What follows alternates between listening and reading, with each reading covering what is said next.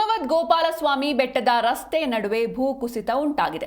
ಪ್ರಸಿದ್ಧ ಯಾತ್ರಾ ಸ್ಥಳವಾದಂತಹ ಹಿಮವದ್ ಗೋಪಾಲಸ್ವಾಮಿ ಬೆಟ್ಟ ಇದು. ಇನ್ನು ನಿರಂತರ ಮಳೆ ಹಿನ್ನೆಲೆ ರಸ್ತೆ ಮಧ್ಯೆ ದೊಡ್ಡ ಹಳ್ಳವೇ ನಿರ್ಮಾಣವಾಗಿದೆ.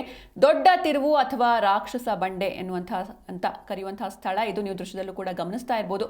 ನಿರಂತರ ಮಳೆ ಹಿನ್ನೆಲೆ ರಸ್ತೆ ಮಧ್ಯೆ ಒಂದು ದೊಡ್ಡ ಹಳ್ಳದ ರೀತಿಯಲ್ಲಿ ನಿರ್ಮಾಣವಾಗಿರುವಂಥದ್ದು. ಇನ್ನು 2 ದಿನ ಭಕ್ತರಿಗೆ ಪ್ರವೇಶವನ್ನ ನಿರ್ಬಂಧ ಮಾಡಿ ಆದೇಶವನ್ನು ಹೊರಡಿಸಿದ್ದಾರೆ. ಇನ್ನು ಪ್ರಸಿದ್ಧ ಯಾತ್ರಾ ಸ್ಥಳವಾದ ಗುಂಡ್ಲುಪೇಟೆ ತಾಲೂಕಿನ ಹಿಮವದ್ ಗೋಪಾಲಸ್ವಾಮಿ ಬೆಟ್ಟದಲ್ಲಿ ರಸ್ತೆ ನಡುವೆ ಭೂಕುಸಿತ ಉಂಟಾಗಿದೆ.